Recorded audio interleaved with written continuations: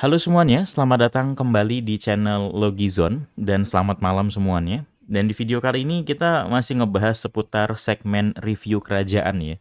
Dimana review kerajaan yang pengen gue bahas kali ini dari KD 3406 cuy.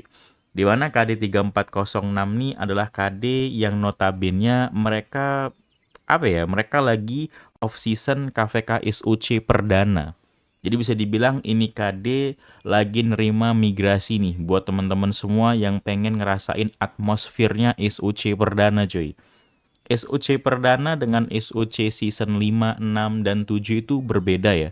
Karena SUC perdana lawannya adalah KD-KD muda yang baru masuk SUC perdana semuanya. Dan yang kedua, masih banyak akun-akun pribumi yang nggak punya tabungan kristal. Jadi kalau kalian dari KVK SUC nih, yang udah season-season tua gitu ya, balik ke SUC perdana tentunya bisa ngebantai-bantai karena tats kristal kalian itu sudah lebih baik lah karena punya tabungan. Beda dengan akun-akun pribumi yang masih belum ada tabungan sama sekali. Jadi tanpa berlama-lama langsung aja kita coba review kerajaannya dari 3406 seperti apa kondisi KD-nya yang notabene mereka lagi open migrasi dan bakal bermain di KVK kelas A bawah ataupun B atas. Jadi tergantung dikasihnya yang mana aja boleh.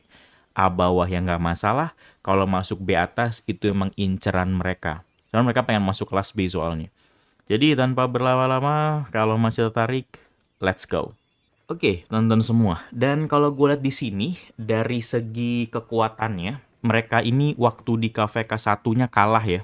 Mereka nggak punya bintang waktu di KVK 1, dan waktu di KVK 2 mereka menang, dan di KVK 3 mereka juga menang mudah. Jadi bisa dibilang ini kerajaan, mereka itu menang 2 kali cuy. Di KVK 2 dan juga di KVK 3.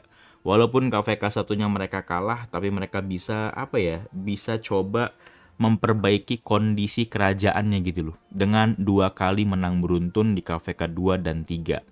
Dan untuk di KVK SOC perdana kali ini, kalau gue lihat-lihat dari segi power mereka ya, dari segi power mereka dan juga aliansi top 1 top 2, kayaknya mereka nggak akan bermain di KVK kelas B sih. Mereka nggak akan main di KVK kelas B ini cuy. Dengan kondisi power segini, kemungkinan besar mereka bakal bermain di kelas A cuy. Untuk A bawah atau A atas kayaknya bukan A bawah deh kayaknya. Kayaknya mereka nggak bakal masuk kelas A bawah cuy. Bentar, kalau gue lihat di sini, gue zoom out ya. Gue lihat dulu di sebelah sininya. Sebentar. 3406. Mereka itu sudah ada sekitar 51 orang yang bermigrasi ke kerajaan ini ya. Udah 51 orang cuy. Dan kemungkinan besar itu adalah akun-akun SOC yang mendarat ke sini. Jadi bukan akun-akun ID muda lagi. Jadi bisa kemungkinan besar SOC power besar cuy yang mendarat ke kerajaan ini. Makanya bisa dibilang power mereka dari segi power aliansi itu tinggi banget. Ya ini sih masih asumsi gua, belum harga pasti ya, atau belum satu hal yang pasti. Tapi asumsi gua mereka bakal bermain di kelas A ini mah, fix cuy. Masuk di kelas A dengan kondisinya KVK-nya ya bukan A bawah juga. Nggak mungkin A bawah power 9B cuy. Ini mah A atas ini. Untuk SOC perdana hitungan power segini masih kelas atas cuy. Masih kelas berat lah hitungannya untuk di KVK ya. Jadi bukan bermain di kelas A bawah ataupun B. Karena kalau power segini masuk kelas B, gokil mereka cuy. Gokil loh power segini kelas B itu nggak mungkin. Karena nggak mungkin sih kayak gini kelas B. Ya ini masih asumsi gue. Bisa jadi gue salah. Karena kan yang megang data kan konsuilnya. Kalau gue kan nggak megang data. Gue cuma berdasarkan perkiraan doang. Jadi ya let's see, kita lihat aja. Apakah mereka beneran masuk kelas B dengan power segini? Atau kalau kalian mau beropini, silahkan tulis di kolom komentar. Nanti gue bakal coba lihat apakah opini kalian sama seperti opini gue masuk kelas A. Atau ada juga yang bilang fix kelas B. Silahkan tulis kolom komentar. Dan kalau gue cek dari segi aliansi top satunya, aliansi top 1 di sini levelnya 23 cuy, hadiah aliansinya. Anggotanya 148 dan ini kekuatan mereka. Kalau untuk T5 sih, karena ini akun sudah masuk di SOC, gue nggak akan notice T5-nya lagi. Tapi gue bakal coba notice kayak akun-akun yang powernya masih agak kurang gitu ya. Oke. Dan ini ada Hamasu, ini leadernya. Dan ini ada Hamasu juga, ini bukan leadernya ya. Ini beda, ini akun beda lagi cuy. KP-nya tinggi banget, 43B. Ini akun itu tadinya bermain di kerajaan mana gitu, gue lupa dapat informasi dia yang punya akun. Cuman dibeli cuy, udah pindah tangan lah katanya. Katanya pindah tangan. Atau masih orang yang sama gue, tapi informasi yang gue dapat dari yang punya akun yang gue review sekarang, yang pemilik akun yang gue pinjemin ke gue ini, katanya sih udah pindah tangan. Tapi ya it's okay lah. Apapun itu yang terjadi, so far mereka punya power 4,5 dengan kill point 43,3B. Menarik. Kalaupun sudah benar-benar pindah tangan, kita lihat aja gameplay war di akun yang terbaru seperti apa kondisinya cuy. Di pemilik baru ya. Let's see. Udahnya ini ada power 200 juta nih. Ada 2 orang yang powernya di atas 100 juta ya. Nggak mungkin kelas B sih. Udah pasti nggak mungkin kelas B cuy. Yakin gue. Tapi ini ada Miho nih. Powernya agak kecil nih cuy. 26 juta dari Miho ya. Gue nggak tahu dia punya akun lain atau enggak. Tapi 26 juta di SOC perdana itu berat. Berat banget. Apalagi kalau konteksnya 20 juta itu kecil cuy. 26 juta tuh kecil. Nggak terlalu gede. Kalau jangankan 26 juta ya. 35 aja di SOC perdana gue rasa berat. Kenapa? Karena Tats Crystal, sorry. Tats Akademinya itu tuh belum banyak yang maksimal. Ditambah sudah ada Tats baru lagi dari Crystal. Jadinya makin berat. Jadi ya masih agak kecil menurut gue. Ya mungkin dia nggak lompat-lompat. Atau jangan-jangan nih akun kedua dari King-nya atau akun kedua dari power besar di sini. Apapun itu gue nggak tahu ya. Tapi gue di sini ngebahas personal, 26 juta itu kecil. 37 juta SOC perdana kelas A agak berat sebenarnya. Tapi ya bisa lah, 37 juta masih lebih baik daripada 26 juta ya. It's okay. Ini ada Bloom dengan power 34 juta. Kill point-nya 208. 34 juta. It's okay lah, 30 jutaan ya. Kalau mau nyaman warnya sih di kelas B kalau mau nyaman. Beneran, kelas B itu udah agak enak tuh untuk power yang belum T5 ya. Itu agak enak. Enak banget malah kalau main di kelas B karena masih banyak akun-akun T4 gitu loh. Kalau kelas A itu ketemunya kelas-kelas berat cuy. Lu bakal ketemu dengan spender juga gitu kan. Yang T5 gitu. Bahkan di kelas A itu nggak sedikit loh ada akun F2P tapi udah gahar akunnya. Karena jam terbangnya udah lama dia mainnya. Equipment segala macam. Jadinya ya turun kelas sih. Kalau mau enak, kalau mau nyaman ya. Ini kelas A kemungkinan besar. Ini ada power 37 juta juga. Oke, dari Siu Capiumeo ya. 37 juta, it's okay lah. Biasanya 37 mendekati 40 itu riset akademinya sudah mulai banyak yang mentok tuh biasanya. Kalau dia upgrade-nya rapi ya. Cuman ya yang harus dipikirin adalah soal tats kristalnya aja yang harus dipikirin. It's okay lah ya. It's okay lah. Karena gue juga pengen main di kelas A sih akun Elbaf gue. Mudah-mudahan nggak prematur lah powernya ya. Karena gue pengen tester uji coba pakai archer terbaru. Si Sajar pengen main di kelas A. Tapi it's okay lah. Coba kalau gue scroll ke bawah lagi. Untuk ini banyakan T5 wajar karena KD-nya kan udah mulai masuk di SOC kan. Jadi gue nggak begitu kaget kalau sudah mulai banyak T5-nya. Ini ada Miu Miu dengan 34 juta powernya. Kill point-nya 237 juta. 237 ya kill point gue nggak begitu mempermasalahin sih. Ini main apa? Dia cuy? Baiklah.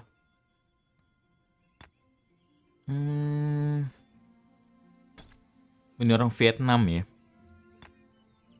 Oh, dia dapat William 16-17. Gokil, hoki banget ya. Cakep banget gitu apa ngespin Wheel of Fortune-nya ya.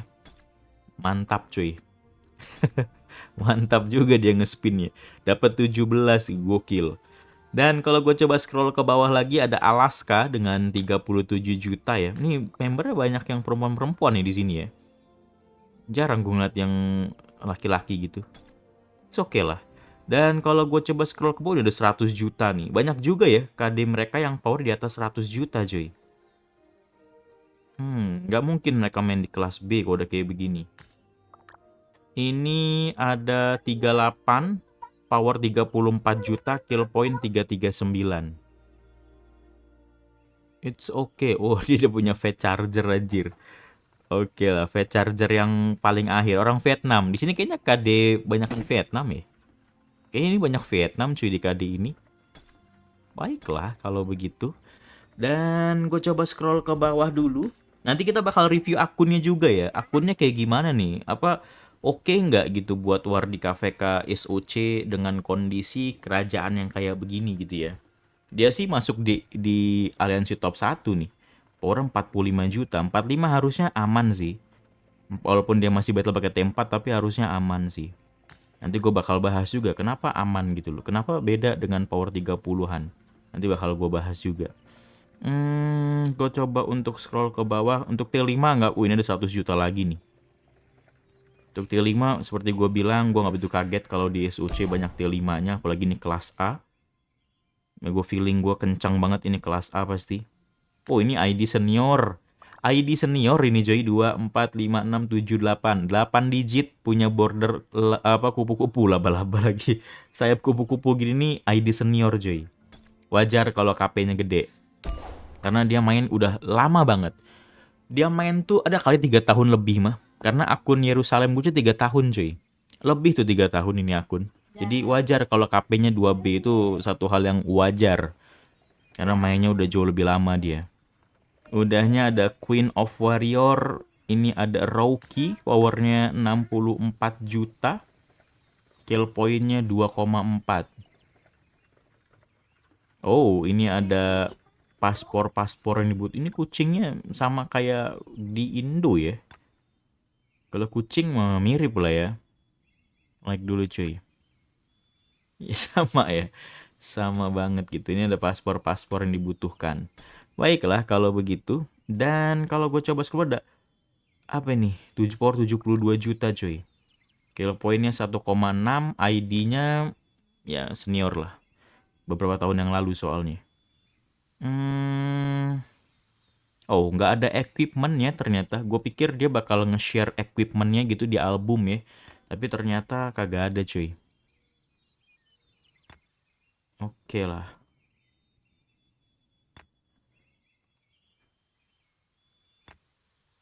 Oke, gue coba untuk scroll lagi. Ini orang Indonesia kalau ini. Ini karikatur dari Wiji Tukul kalau nggak salah ya. Kayaknya Indonesia deh itu. Iya benar, orang Indonesia kan. Powernya 59 juta. Nggak tahu gue T5 atau bukan. Kill point-nya 451 juta. It's okay. Dan kalau ini ada Yudi Hood. Powernya 38 juta. Kill point 100 juta. Baiklah. Ini 43. Ada Charlotte. Powernya 90 juta nih cuy. Kill point-nya 2,4. Tapi ID-nya senior. Wajar sih. Wajar lah kalau udah akunnya udah senior KP-nya gede gitu. Wajar banget. Kalau kecil tuh gue malah curiga gitu. Aduh ke scroll lagi. Apa ini cuy? Baiklah.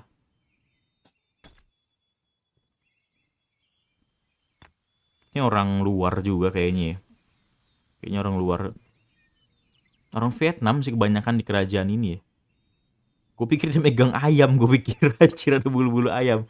Aduh sorry ya kampungan gue. Gue pikir dia megang ayam. Oke lah.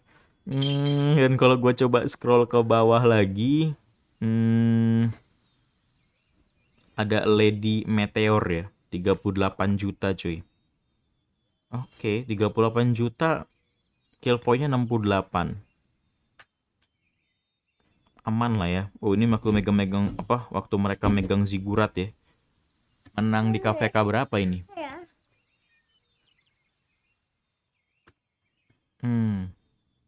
Ini waktu KVK 3 ya. Mantap cuy. 37 juta. Sekarang naik 1 juta powernya. It's okay lah ya. It's okay lah. Mendingan kalau untuk kayak gini-gini nih, untuk di KVK Heroic Anthem ya. So far, power-power mereka sih sebenarnya yang 38, 37 itu masih bisa dikategorikan dalam kategori aman lah. Karena kan warnya rame-rame. Terus yang kayak 20 tadi di R4-nya itu agak sulit. Walaupun battle rame-rame, lu free hit kalau power lu kecil, Tats Kristal lu kalah, Tats Akademi lu kalah, apa yang mau lu andelin cuy? Padahal di SOC Perdana itu T5 sudah mulai banyak. Kecuali di SOC Perdana nanti ketika sudah update. Itu cuma bisa nerima imigran 50 orang. Jadi T5-nya nggak sebanyak sekarang. Jadi harusnya itu bakal lebih aman tuh buat akun-akun yang power kecil. Tapi kalau untuk sekarang sih masih mengerikan ya.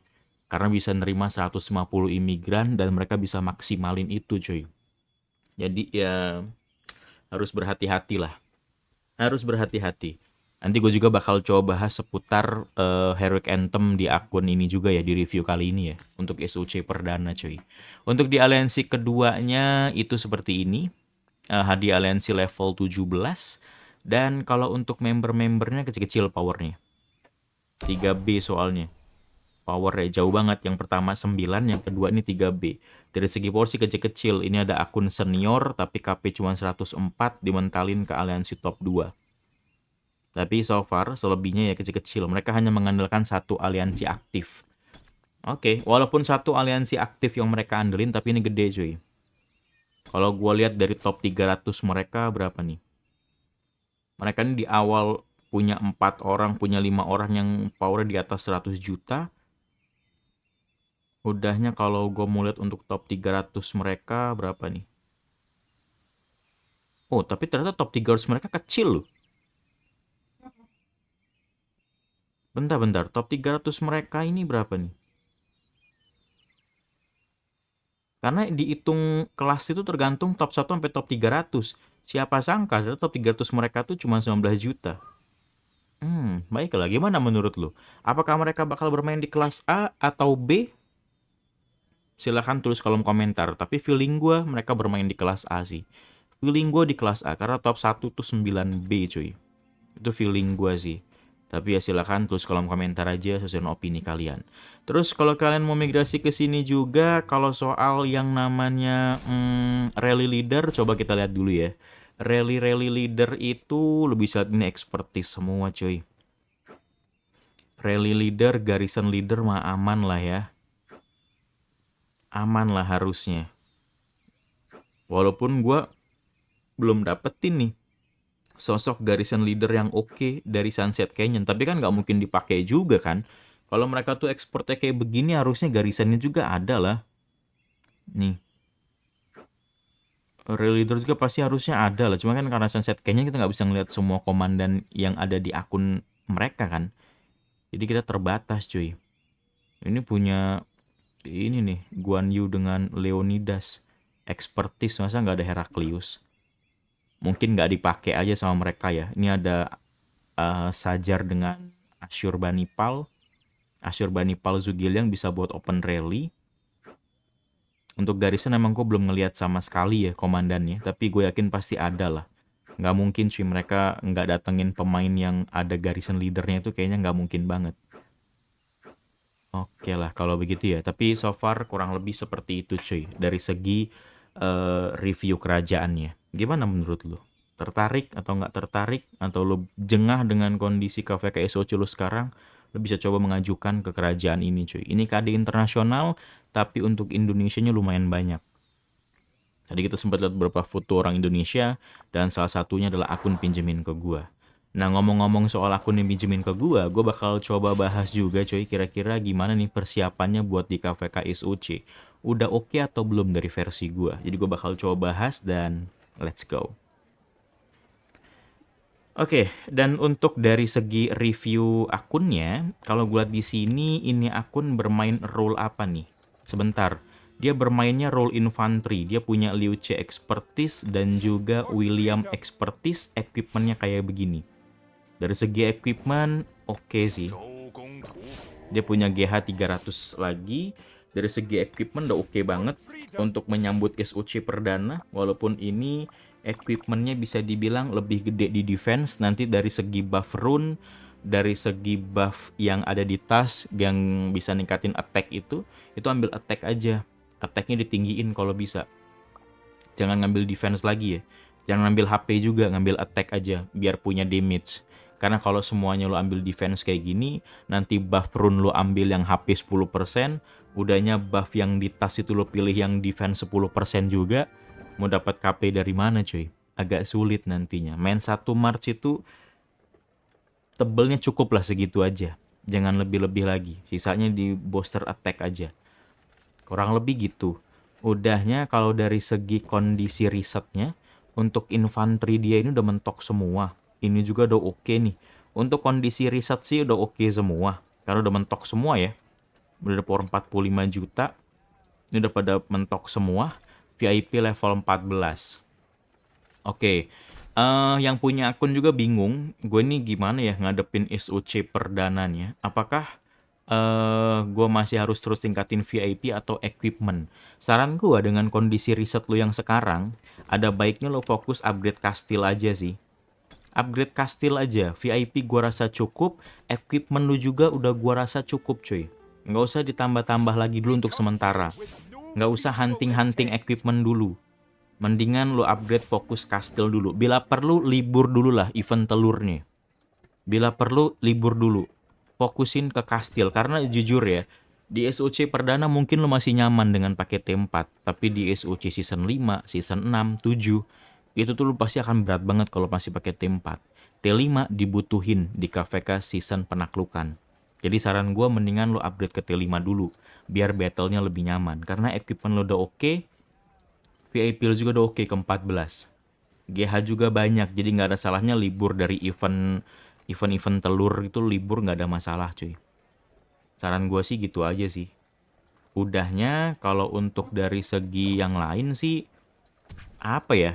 Paling kalau lo mau nih ya, kalau lo mau lo open T5-nya itu cukup infanteri dulu aja. Archer Kava lo biarin dulu aja. Kalau misalkan suatu saat lo pengen nabung buat Zenith gitu, suatu saat ke depannya pengen ngambil Zenith atau apa gitu, karena speed up lo banyak nih kan. Speed lo banyak nih, lo pengen ngambil Zenith. Nah, ada baiknya lo fokus dengan 1 T5 aja dulu dari infanteri. Terus yang lainnya lo berhentiin, gak usah lo garap lagi. Kapan lo garapnya? Ketika speed up lo udah banyak dan lo pengen ngambil Zenith. Jadi lo bisa lanjutin tuh baru progress lo yang lain. Lumayan lo. Ini dari Archer, dari Kava, dari Grobak, tiba-tiba lo open T5 semua, ini lo upgrade semua ketika pas Zenith, powernya lumayan cuy. Jadi ya gitu aja sih saran gue. Karena kalau misalkan semuanya lo open T5 memang bagus sih. Memang bagus kalau semuanya lo open T5. Cuman nanti poin DKP lo tuh bakal tinggi nanti dimintanya. Karena DKP itu berdasarkan power lu. Kalau power lu kecil, DKP-nya kecil juga. Kalau power lu gede, DKP-nya akan gede juga. Nah, biar lu nggak terlalu berat, ini kan main di kelas A kan. Takutnya lu sibuk atau apa, karena KP lu juga masih 53 juta. Ya ada baiknya kayak tadi sih.